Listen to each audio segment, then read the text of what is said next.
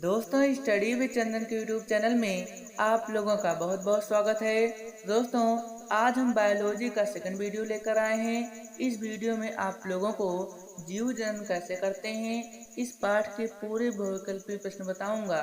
तो हमारी वीडियो को शुरू से लेकर अंत तक अवश्य देखो, तभी आप लोग इस पाठ के सारे बहुविकल्पीय प्रश्न अच्छी तरह से समझ पाओगे। तो आइए हम देरी न करते हुए वीडियो को शुरू कर लेते हैं। पहला प्रश्न है, जीवधारियों के लिए जन्म करना अनिवार्य है ताकि ए नंबर बेस्ट जीवित बनी रहे। सेकंड बी नंबर, जीवधारियों के लिए जन्म करना अनिवार्य है ताकि वृद्धि को बनाए रखें। सी नंबर, जीवधारियों के लिए जन्म करना अनिवार्य है ताकि वे अपनी ऊर्जा आवश्यकता की पूर्ति कर सकें। डी नंबर, जीवधारियों के लिए जन्म करना अनिवार्य है ताकि पीढ़ी दर पीढ़ी प्रजाति की निरंतरता को बनाए रखें। तो आइए हम इसका आंसर जान लेते हैं कि जीवधारियों के लिए जन्म करना अनिवार्य है ताकि पीढ़ी दर पीढ़ी प्रजाति की निरंतरता को बनाए रखें। यानी कहने का अर्थ है कि जीवधारियों में पीढ़ी दर पीढ़ी प्रजाति की निरंतरता को बनाए रखने के लिए जन्म करना अनिवार्य होता है। नेक्स्ट क्वेश्चन है, निम्न में से कौन मानव में मादा जनन तंत्र का भाग नहीं है? तो ए नंबर हो जाएगा अंडाशय, बी नंबर गर्भाशय, सी नंबर शुक्रवाहिका, डी नंबर डिंबवाहिनी। तो इसका राइट आंसर हो जाएगा शुक्रवाहिका। जो शुक्रवाहिका होती है यह मादा में नहीं पाई जाती है, यह केवल शुक्रवाहिका नर में पाई जाती है। जो शुक्रवाहिका होती है यह मादा जनन तंत्र में नहीं पाई जाती है, यह केवल नर जनन तंत्र में ही शुक्रवाहिका पाई जाती है। नेक्स्ट क्वेश्चन है, पुरुष में लिंग गुणसूत्र होता है X Y, X X, X Y. तो राइट आंसर हो जाएगा एक्स वाई।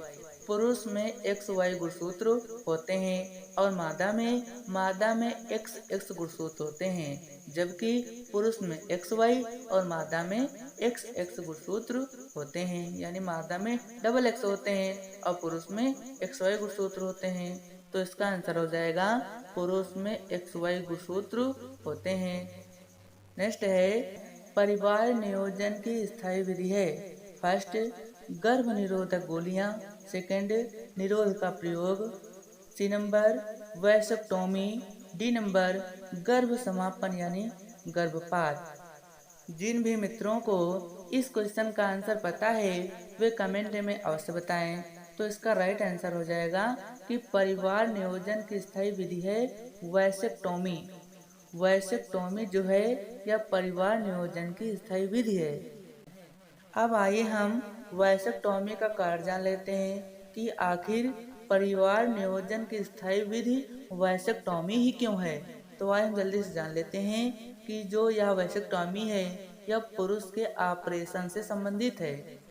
जो यह शुक्र नलिका का बहुत ही साधारण ऑपरेशन है। जो वैसेक्टोमी है यह शुक्र नलिका का बहुत ही साधारण ऑपरेशन है। इसमें शुक्र वाहिनियों को काट कर बांध दिया जाता है।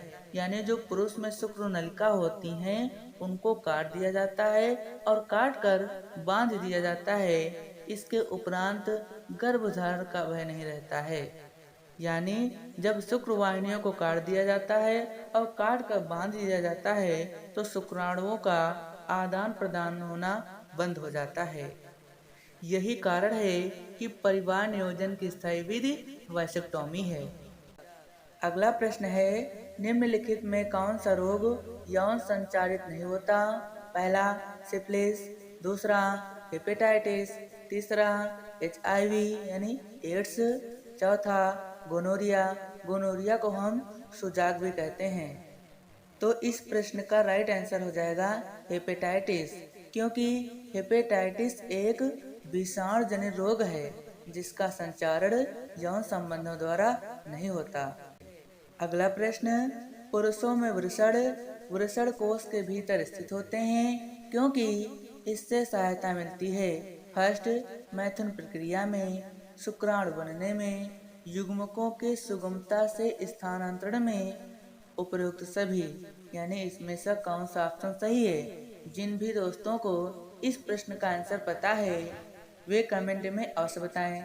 तो आइए हम इसका आंसर देख लेते हैं पुरुषों में वृषण कोश के भीतर स्थित होते हैं, क्योंकि इससे सहायता मिलती है शुक्राणु बनने में।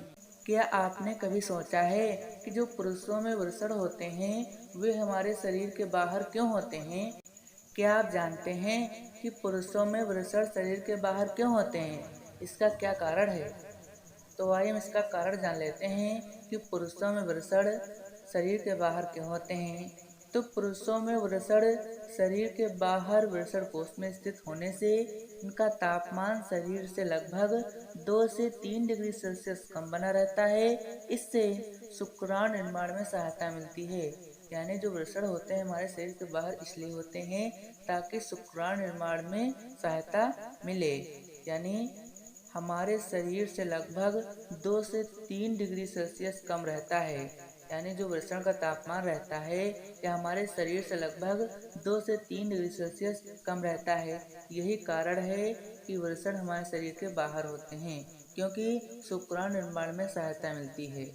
अगला प्रश्न है, जायगोट में गुणसूत्रों की संख्या होती है 4x, 3x, 2x, x।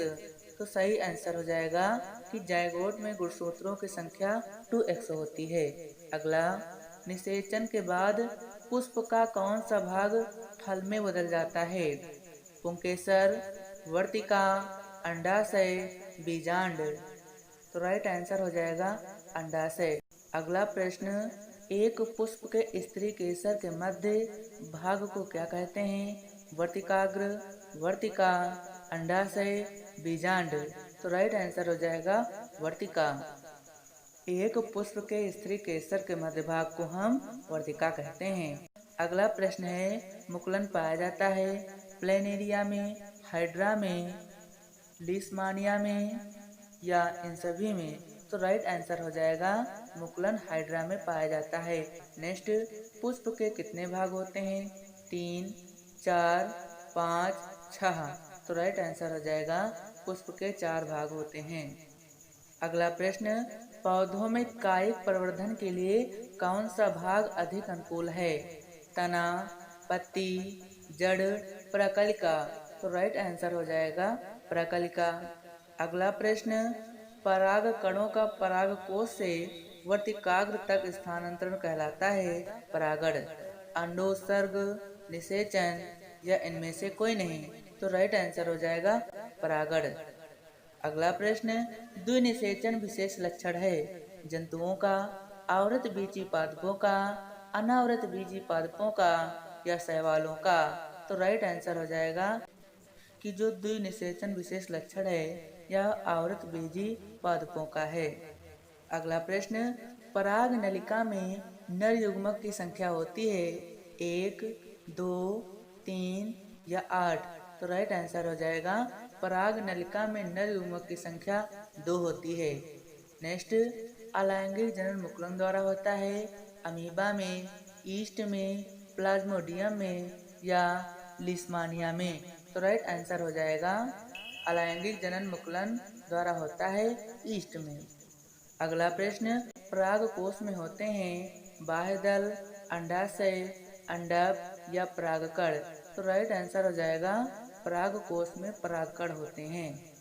तो दोस्तों, मैं आशा करता हूँ कि आज के द्वारा बताए गए बहुविकल्पीय प्रश्नों को आप लोगों ने अच्छी तरह से समझ लिया होगा। तो दोस्तों, इसी तरह के वीडियो पाने के लिए हमारे चैनल को सब्सक्राइब कर लीजिए, ताकि आप लोगों को समय समय पर अच्छी वीडियो मिलती रहें। तब तक के लिए जय हिंद, जय भारत।